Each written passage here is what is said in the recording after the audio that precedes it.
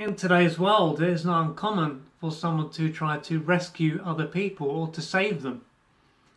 And when this happens, they are pretty much only going to be drawn to people that have serious issues. And this means that they are going to ignore their own needs and to focus on the needs of these people. And while they are going to be neglecting themselves, they can end up being seen as role models. And this is because they can be portrayed as selfless.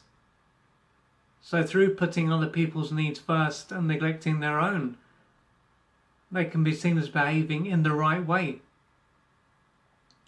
And when someone behaves in this way, they can find that unless someone has an issue, they're not really interested in them.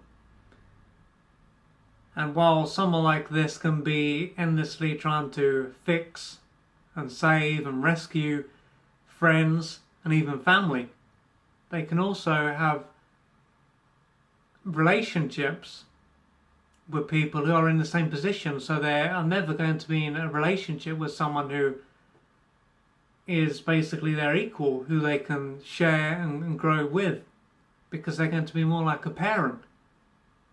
So although the other person is going to be their partner, they're going to be more like a child. And this person might be drawn to people who have financial problems, or they could be drawn to people who have emotional problems. So they're not necessarily going to be a therapist, but they can act as though they are this person's therapist.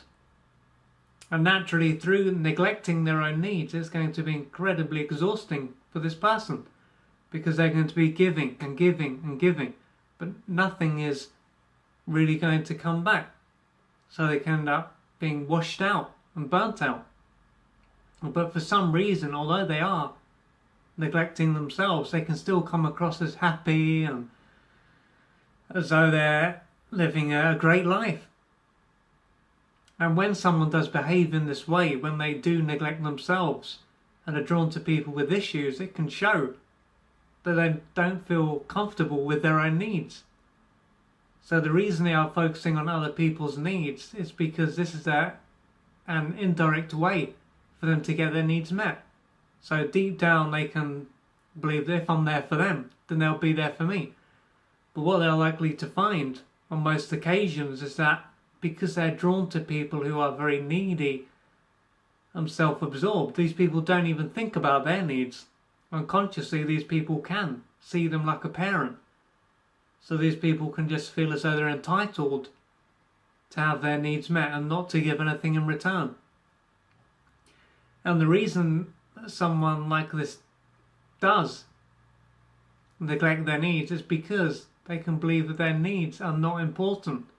It can believe there's something shameful about their needs, so it is then essential for them to cover them up, because if they reveal them,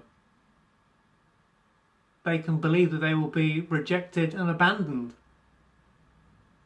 And so their whole purpose is going to be for them to be there for others. They are then just an extension of other people. They're not their own person who can express their true self.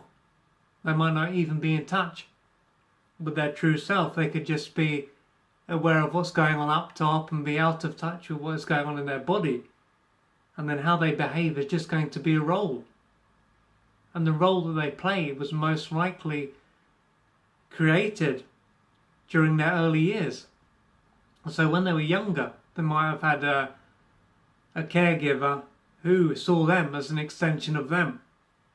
And their purpose was not to give their child what they needed to develop. It was to use their child to fulfill their needs. And so this would have caused someone to be neglected and to feel ashamed of their needs. And they would have learned at this point that their purpose on this earth was not to meet their needs, it was to meet other people's needs. And so this would have caused them to be out of balance, to lose touch with their own feelings. They might have learned that their feelings were not important, that their feelings didn't matter. So they ended up losing touch with their needs, their feelings, and focusing exclusively on what is going on around them in their environment. And obviously at this age, if they didn't do this, they might not have survived, so they had to do it. They had no choice. However, now they are an adult. They do have a choice. They no longer need to neglect themselves, to abandon themselves, to avoid being abandoned. But in order for them to change their behaviour, it might not be enough for them to just behave differently. They will most likely need to deal with the trauma they experienced earlier on, and to realise that they are not worthless, that their needs are just as important as other people's needs, and also through putting their needs first, it can allow them to share what they are here to share and to make a difference in the world.